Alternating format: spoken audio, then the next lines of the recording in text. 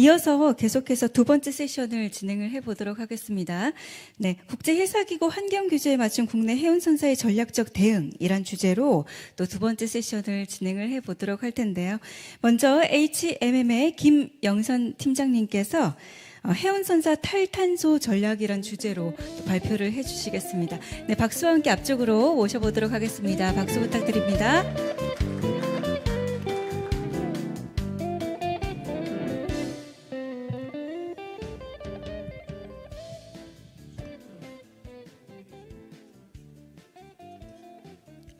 네, 안녕하십니까. HMM R&D팀에서 근무하는 김영선입니다. 추운 날씨에도 많은 분들이 오셨네요. 사실 연말에 이런저런 행사가 많아서 좀 자주 불려다니는데 매일 이렇게 매번 똑같은 이야기를 해야 돼서 좀 자리를 피하려고 하는데 이렇게 또 이 자리에 서게 되었습니다. 하는 사람도 좀 송구스럽고 여러 번 들었던 내용이라면 좀 양해를 해주시기 바랍니다. 저는 지금 해운선사들이 그 탈탄소 압력의 측면에서 어떻게 대응을 하고 있는지를 HMM 사례를 근거로 말씀을 드리도록 하겠습니다. 먼저 지금 우리 해운선사들이 탈탄소와 관련된 어떤 압력을 받고 있는가를 간단하게 말씀을 드리겠습니다. 탈탄소 압력이라고 하면 규제를 말씀드리지 않을 수가 없습니다. IMO와 또 EU는 이렇게 각각으로 여러 가지 해운에 대한 탈탄소 규제를 강화하고 있습니다. 대표적인 게 아마도 2023년, 그러니까 작년부터 시작된 단기 조치 EEXI, CII 규제가 시작이 되었었고, 그래서 아마 2023년, 그러니까 작년부터는 우리 선사들이 어떤 탈탄소 규제를 몸으로 체감하는 아마 원년이 된 것 같습니다. 앞서 우리 과장님께서도 말씀하셨지만, 그리고 올해는 또 EU ETS가 시행되었죠. 내년에는 또 퓨얼 유유 마리타임이 역시 EU 주도로 규제가 시작이 됩니다. 그리고 2027년에 확정적으로 이제 IMO 중기 조치가 이제 시작될 예정입니다. 그래서 아마도 이 2027년 중기 조치까지가 IMO 또는 EU에서 준비하고 있는 여러 가지 규제에 대한 불확실성들이 전부 다 해소되는, 그리고 규제가 완성되는 아마 시기가 2027년으로 저희는 지금 예상을 하고 있습니다. 이 규제만 보더라도 IMO에서 만드는 규제 또는 EU에서 만드는 규제가 다들 제각각이고, 또 규제가 관리하고 있는 포인트도 다 제각각입니다. 그래서 우리 선사들 입장에서는 정말 이 복잡한 이 규제에 대해서 이 규제를 모두 만족할 수 있는 여러 가지 솔루션을 찾아야 되는 대단히 전략적인 사고를 해야 되는 그런 상황에 지금 처해 있습니다. 해운이 받고 있는 탈탄소 압력은 규제뿐만이 아닙니다. 실제적으로 이 안전 무탄소를 시행하기 위한 또는 그것을 추구하고 있는 여러 가지 프로그램들이 국제적으로 진행이 되고 있습니다. 대표적인 게 아마 그린시핑 코리도 뭐 이런 것들이 되겠죠. 또 게딩 투 제로 콜리션 같은 경우도 마찬가지로 2030년대까지 안전 상업적 규모의 무탄소 선박을 투입하겠다는 그런 프로젝트고, 약 200개가 넘는 기관들이 참여를 하고 있습니다. 그리고 세계 곳곳에, 우리나라도 마찬가지지만 이 그린시핑 코리도 녹색 해운 항로가 지금 만들어지고 있죠. 좀 전에 제가 말씀드린 것처럼 IMO나 EU가 여러 규제들을 준비하고 있지만 그 어떤 규제도 2030년대까지 안전 무탄소 선박을 요구하지 않습니다. 그렇게 가혹한 요구를 하지 않습니다. 그런데 이제 실제로 이런 여러 가지 이제 국제사회에서 진행되고 있는 이런 그린시핑 코리도 같은 경우는 2030년대까지 안전 무탄소 선박을 투입하라고 요구를 하고 있습니다. 그래서 선사 입장에서는 어떻게 보면 이 규제보다 오히려 더 이런 국제적인 프로그램 또 이니셔티브 이런 것들이 오히려 더 큰 압력으로 받아들이고 있다고 말씀드릴 수 있겠습니다. 규제적인 압력, 그 다음에 어떤 국제적인 여러 가지 프로그램보다 더 심각하게 느끼고 더 대응에 있어서 심혈을 기울이고 있는 게 바로 시장에서의 압력입니다. 실제로 저희 화주들은 안전 무탄소 선박을 요구를 하고 있습니다. 또 이런 여러 가지 금융권에서도 이 온실가스 규제에 미온적인 회사 또는 선사에게는 금융 지원을 하지 않겠다라는 그런 프로그램들을 진행하고 있습니다. 대표적인 게 이제 CDP고, 아마도 그 CDP의 이제 특화된 버전이 포세이돈이아 프린시플. 온실가스에 미온적이거나 전략이 부재한 회사는 금융 지원을 하지 않겠다라고 공언을 하고 있습니다. 또 클린카고를 잠깐 설명드릴 텐데요. 전 세계 주요 컨테이너 화주들은 정기적으로 우리 컨테이너 선사들의 선박별 온실가스 배출 실적을 보고받기를 원합니다. 그래서 반드시 제3자 검증을 거쳐서 컨테이너 선사들의 온실가스 배출 실적을 화주들에게 제공을 합니다. 화주들은 그 실적을 근거로 선사들의 랭킹을 먹이고 온실가스를 많이 배출하는 선사에게는 자기들 화물을 주지 않겠다라고 공언을 하고 있습니다. 화주들이 왜 선박의 배출량에 대해서 궁금해야 할까요? 그 중에 하나가 이제 뭐 ESG, 요즘 다 알고 계시는 ESG 경영이 있을 거고, 그 ESG 중에 특별히 이제 환경 부문에 대한 어떤 요구가 강해지고 있죠. 환경 쪽에서도 특별히 이제 온실가스 관련된 여러 요구사항을 하고 있는데, 화주들 입장에서는 그 자기들이 물건을 만들 때, 그 물건을 만들 때 나오는 과정에서 나오는 온실가스 배출을 뭐 스코프 1, 스코프 2라고 카테고리 분류를 합니다. 그리고 그 화물 또는 그 화물이 아니라 어떤 제품을 만들기 위한 원료 또는 완제품을 운송하는 데 발생하는 배출량은 그 화주 입장에서는 스코프 3 배출량입니다. 근데 요즘에 이제 ESG 트렌드가 자신들이 직접 배출하는 온실가스, 즉 스코프 1, 2뿐만 아니라 원재료 운송 또는 완제품 운송에서 발생되는, 말하자면 스코프 3 배출량도 함께 줄이도록 강력하게 요구를 하고 있습니다. 그래서 화주들이 지구 생태계를 위해서 선사들의 배출량을 줄이라고 요구하는 게 아니라 바로 이런 ESG 경영에 좀 더 좋은 평가를 받기 위해서 아마도 스코프 3 배출량을 줄이도록 요구를 하는 것 같습니다. 잠깐 HMM 소개를 하겠습니다. 저희는 약 한 200여 척의 선박들을 운항을 하고 있고요. 지금 현재는 약 이제 총 선봉량이 약 80만 TU지만 아마 2020년대 중반 넘어가면 100만 TU가 넘어갈 것 같습니다. 주로 컨테이너선을 운항하지만 벌크선도 있고 LNG, LPG 뭐 다양한 선종들을 현재 운영을 하고 있습니다. 저희들은 확실한 비전이 있습니다. 지속 가능한 가치를 창조하기 위해서 글로벌 리더가 되겠다라는 게 저희 비전이고, 이 비전을 뒷받침할 수 있는 아주 명확한 미션과 여러 가지 전략들을 수립을 하고 있습니다. HMM은 2045년까지 안전한 넷제로를 구현하겠다라는 목표를 가지고 있습니다. IMO가 2050년까지 넷제로를 구현하겠다라고 했죠. 저희는 그보다 5년 빠른 2045년까지 안전한 넷제로를 하겠다라고 이미 밝힌 바 있습니다. 그래서 2030년까지 최소한 저희가 갖고 있는 선대 중에 약 40%를 안전 무탄소 선박으로 만들겠다라고 공언을 했습니다. 그래서 아마 이제 저희가 그 넷제로를 선언한 원년이 2023년 작년일 텐데, 작년부터는 저희는 전혀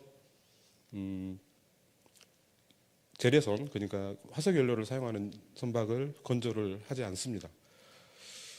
잠깐 자, 2030년까지 저희가 40%를 저희가 갖고 있는 선대 중에 안전한 무탄소 선박으로 확보한다라는 게 목표고, 왜 2045년이냐? 지금 현재 저희들이 갖고 있는 재래선은 운영 기간에 라이프 타임을 다 계산을 해보면 아마 2045년 정도 되면은 저희가 갖고 있는 모든 재래선들이 100% 전부 다 무탄소 선박으로 대체될 것으로 예상을 합니다. 그래서 2045년을 저희가 목표로 하고 있고요. 아마도 머스크가 2045년일 겁니다. 그래서 넷제로를 선언한 선사들이 몇 개 안 되는데, 머스크에 의해서 저희가 세계에서 두 번째로 넷제로를 선언을 했고, 시기도 역시 2045년으로 머스크와 더불어 이제 가장 빨리 넷제로를 구현하겠다라는 목표를 가지고 있습니다. 실제로 저희가 온실가스를 작년에 한 약 550만 톤 정도를 배출을 했습니다. 물론 대부분 선박에서 배출한 겁니다. 저희가 원단위 감축 목표를 2025년까지 60% 감축하겠다라는 목표를 세웠는데, 이미 2년 전에 저희가 이미 이 목표는 달성을 했습니다. 그래서 2030년까지 70%를 감축하고, 말씀드린 것처럼 2045년에 완전한 넷제로를 구현하겠다라는 게 이제 저희 목표가 되겠습니다. 그래서 제가 아까 말씀드린 것처럼 안전한 무탄소 선박을 구현하기 위해서는 역시 무탄소 연료를 사용하는 선박으로 선대를 개편을 해야겠죠. 그래서 최근 들어서 이제 많은 선박들이 대체 연료 구현되는 선박으로 발주를 하고 있습니다. 지금까지는 이제 LNG가 대세였었죠. LNG가 그 기본 재래선들과 구별되는 어떤 대체 연료로서 각광을 받았는데 최근 들어서 특히 이 컨테이너 선사들을 중심으로 해서 메탄올 선박들이 기하급수적으로 늘어나고 있습니다. 지금 보시고 계시는 여러 컨테이너 선사들이 전부 다 이렇게 메탄올 추진선으로 발주를 하고 있습니다. HMM의 지금 현재 선박 발주 현황입니다. 저희는 이미 LNG 듀얼풀 선박을 컨테이너선 2척, 지금 저 한진중공업 이 다리 이렇게 지나다 보시면 저희 배들이 보일 텐데요. 한진중공업에서 지금 현재 LNG 듀얼풀로 컨테이너를 2척을 건조를 하고 있고, 또 PCTC도 총 7척을 LNG 듀얼풀로 지금 건조를 하고 있습니다. 그리고 뭐 여러 가지 그 신문에도 나왔지만 컨테이너선 9000TU 컨테이너선을 메탄올 듀얼풀로 건조를 할 이미 발주가 나가 있는 상태입니다. 자, LNG 선도 발주했고 메탄올 선도 발주를 했고 이제 그 다음에는 어떤 연료를 사용할까 고민 중입니다. 뭐 저희는 LNG도 메탄올도 암모니아도 심지어는 수소까지도 미래 연료로 고려를 하고 있습니다. 앞서 말씀드린 것처럼 저희는 더 이상 이제 화석 연료로 운항되는 선박은 건조를 하지 않습니다. 배만 있으면 사실 무용지물이죠. 뭐 흔히들 그런 이야기를 많이 합니다. 대체 연료로 추진되는 선박이 먼저냐, 아니면은 그 선박에 연료를 공급할 수 있는 연료 공급 인프라가 먼저냐, 소위 말하는 닭이 먼저냐, 달걀이 먼저냐 이런 논란이 많은데요. 지금까지 보시면은 뒤를 잘 살펴보시면 대체 연료로 발주하는 선박들 발주된 케이스 사례를 보면 실제로는 닭과 달걀이 같이 나옵니다. 그래서 저희도 지금 현재 여러 가지 LNG 듀얼풀, 메탄올 듀얼풀 대체 연료 추진선을 발주를 했지만 또 이 선박들이 잘 운항할 수 있도록 연료 공급망을 구축하는데 저희가 지금 회사에 그야말로 사활을 걸고 이 공급망 구축을 위해서 지금 노력을 하고 있습니다. 이 연료 공급망이라는 것은 저희가 말씀드린 것처럼 LNG, 그다음에 메탄올, 그리고 현재는 이제 바이오퓨얼까지 이런 공급망을 구축하기 위해서 지금 현재 노력을 하고 있습니다. 뭐 또 여러 가지 저희가 또 R&D 또는 뭐 조선소, 연구소, 학계와 연계해서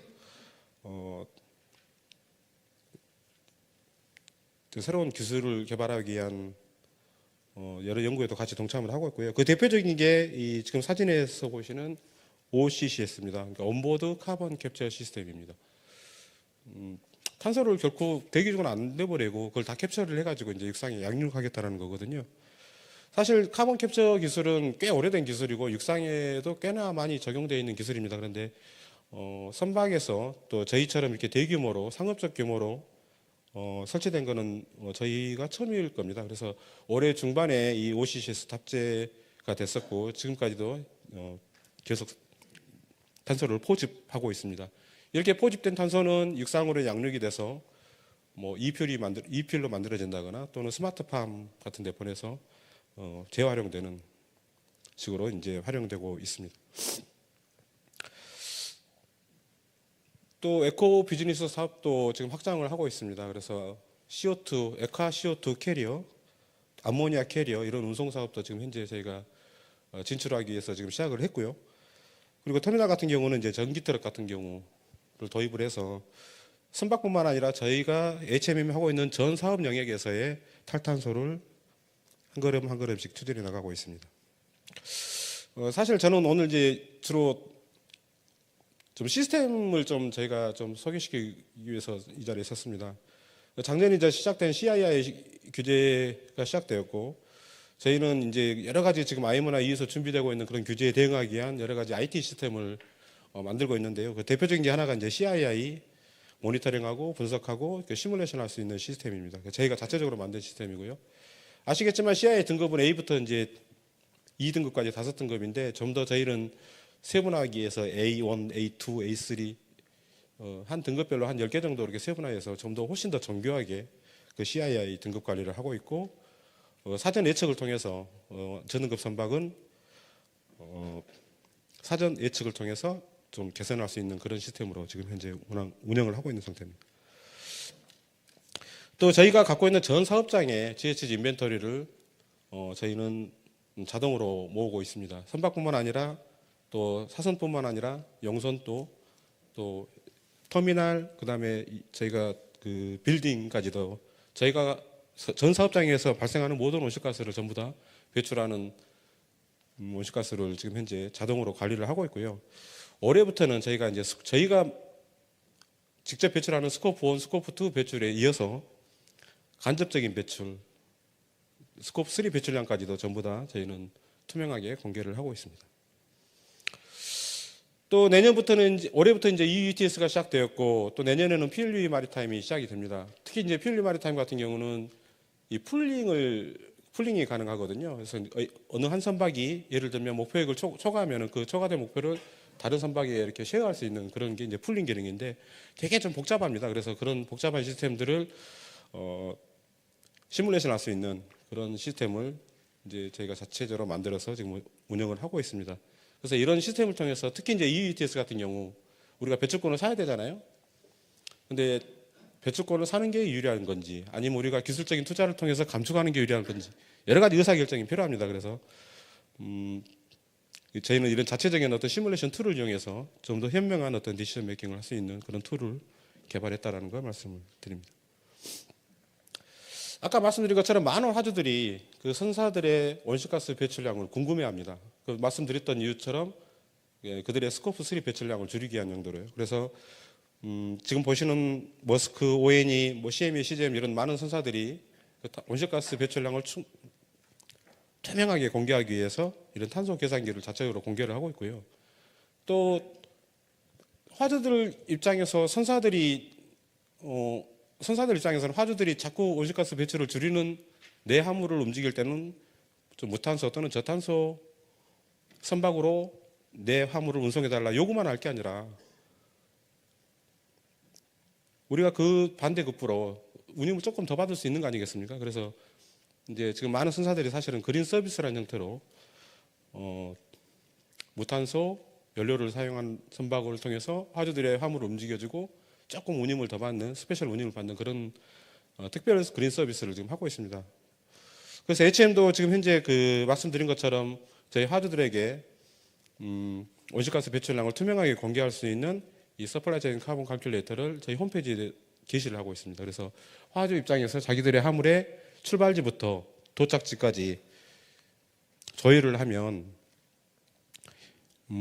예를 들어서 서울에서 부산까지는 트럭을 통해서 얼마 배출하고 부산에서 저기 LA까지는 선박을 통해서 얼마 배출하고 LA에서 저기 저 휴스턴까지는 뭐 기차 레일을 통해서 얼마 배출하고 저희가 서비스하는 전 연역 구간 두어부터 두어까지의 배출량을 투명하게 공개를 하고 있습니다. 화주 입장에서는 그런 여러 가지 루트를 통해서 가장 배출량이 적은 루트를 이제 선택할 수 있겠죠.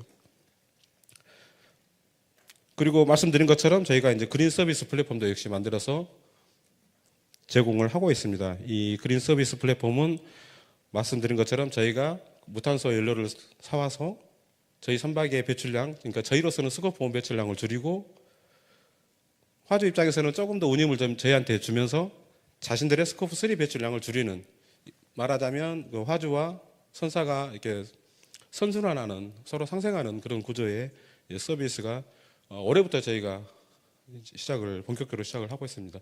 실제적으로 많은 화주들이 여기에 관심을 갖고 있고요. 또 참여를 하고 있습니다.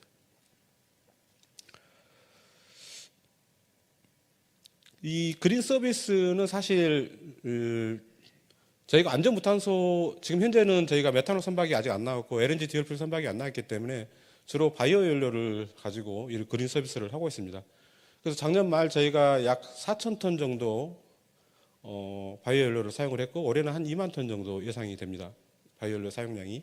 내년에는 그보다 또 배가 될 것 같고요. 매년 이렇게 순차적으로 올라갈 텐데 바이오 연료가 사실 되게 비쌉니다. 기존 화석 연료에 비해서. 그래서 대신에 저희는 그 비싼 연료를 사용하는 대신에 말씀드린 것처럼 화주들에게 조금 더 운임을 더 받는 구조죠. 근데 지금까지 이 정산하는 거는 이제 소위 말하는 매스 밸런스라는 개념으로 우리가 A라는 선박에 100%의 바이오 연료를 사용할 수는 없습니다. 그래서 예를 들면 30% 사용하면은 30%에 해당하는 것만큼만 저희가 그 화주들에게 이제 그 저감량으로 인정받아서 제공하는 건데 사실 지금 항공 같은 경우는 이제 북엔 클레임 개념을 좀 많이 사용을 하고 있습니다. 뭐 잠깐 설명을 드리면 작년인가요? 올해죠. 올해 지금 저 메탄올 선박 최초 메탄올 선박이 울산에서 건조돼서 나갔는데 그 메탄올은 저기 미국에서 건너왔습니다.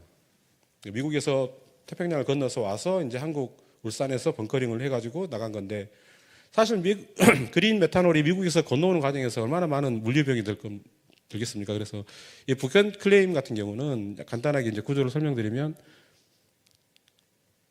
그린 메탄올이 아니라 그냥 일반 그레이 메탄올을 사용을 하고 대신 저희가 서트만 받는 겁니다. 더 비용을 추가로 주고 그러면 그레이 메탄올을 그린 메탄올로 인정을 해주는 거죠.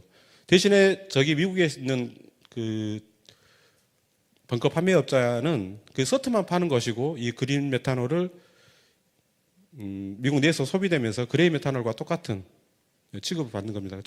제가 설명이 좀 복잡했는데 그렇게 되면 이제 물류비용에 대한 걱정 없이 비싼 연료를 사용할 수 있게 되는 겁니다. 그래서 지금 항공사 같은 경우는 이런 북엔 클레임 방식의 어떤 그 그린 서비스가 진행되고 있는데 아직 그 선사 해운 쪽은 아직 이런 서비스가 허용이 안 되는 것으로 알고 있습니다. 어찌됐든 저희는 일단 이 북엔 클레임까지도 지금 저희 고려해서 저희 시스템을 지금 현재 만들고 있는 상황입니다. 제가 지금 계속 IT 시스템을 설명드리고 있는데요. 온실가스 종합관리 시스템이 저희가 직접 이제 만든 시스템입니다. 역대 지금 모든 해운선사들은 사실 눈리포트라고 말하는 선박에서 만들어진 수기 형태의 보고서를 가지고 연료 소모량을 보고를 했었거든요. 데일리 보고를 하죠. 하루에 한 번씩. 근데 저희가 이제 연료 분석을 고도화하고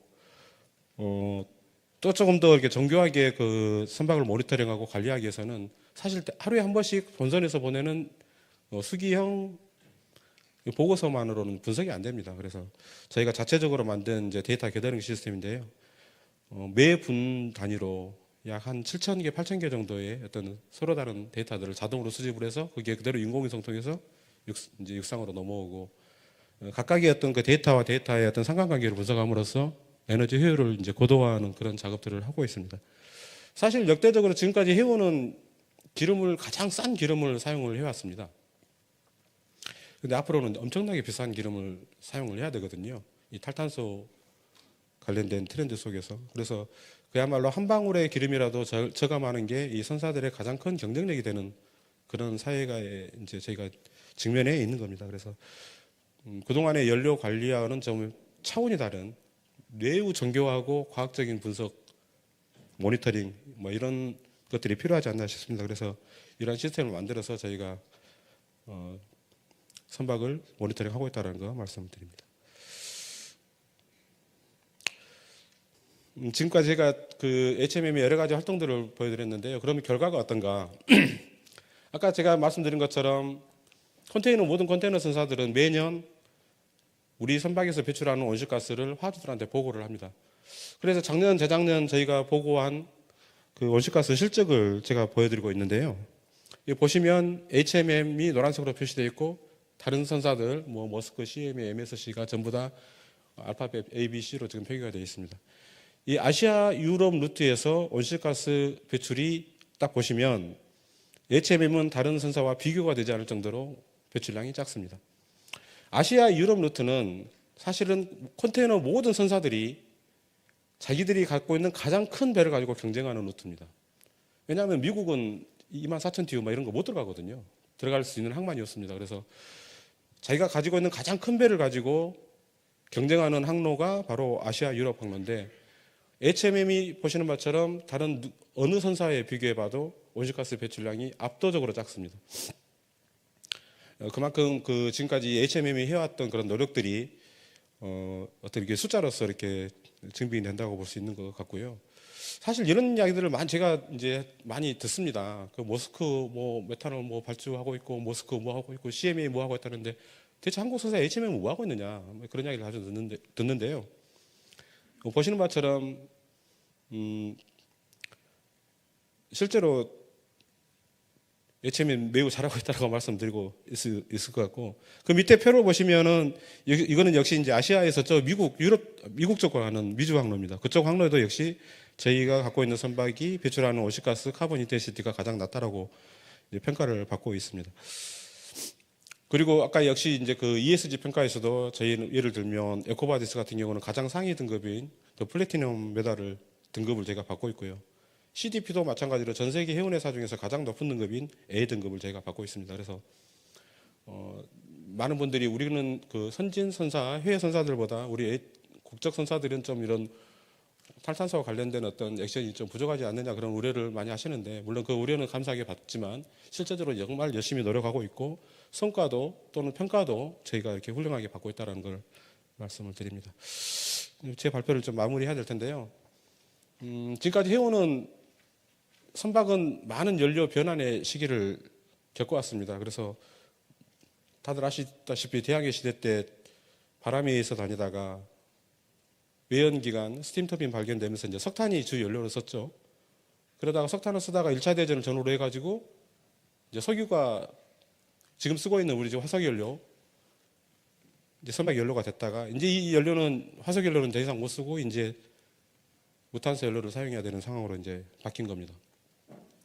근데 뭐 1차 변혁, 혁명, 뭐 2차 혁명, 2차 혁명까지 지금 현재 와 있는 상태인데 1차, 2차 혁명이 아주 성공적으로 갈 수 있었던 요인은 간단합니다. 이게 훨씬 더 경제적이고 훨씬 더 효율적이기 때문이죠.